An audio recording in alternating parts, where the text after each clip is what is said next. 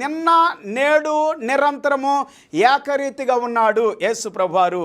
ఆయన కృప, ఆయన కనికరం, ఆయన జాలి, దయ, ప్రేమ, వాత్సల్యత అన్నీ కూడా ఒకే రీతిగా ఉన్నాయి.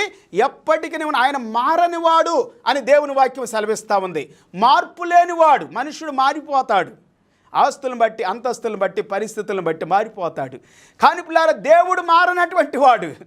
ఆయన భూమి ఆకాశాలకు సృష్టికర్త, సర్వ సృష్టికి, సముద్రానికి దానిలో సమస్తాన్ని సృష్టించిన వాడు, ఆకాశ మహాకాశాన్ని సృష్టించిన వాడు.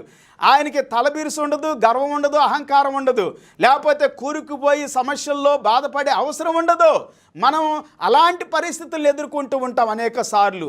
మనకి కొన్నిసార్లు హెచ్చు తగ్గులు ఉంటాయి, కొండలు లోయలు ఉంటాయి. కొన్నిసార్లు మనము గర్విస్తాము, అహంకారంతో విర్రబిగుతాం, కొన్నిసార్లు కుప్పకూలిపోతాం. అందుకే దేవుని వాక్యం ఏమని సెలవిస్తా ఉందంటే, గర్విష్ఠులు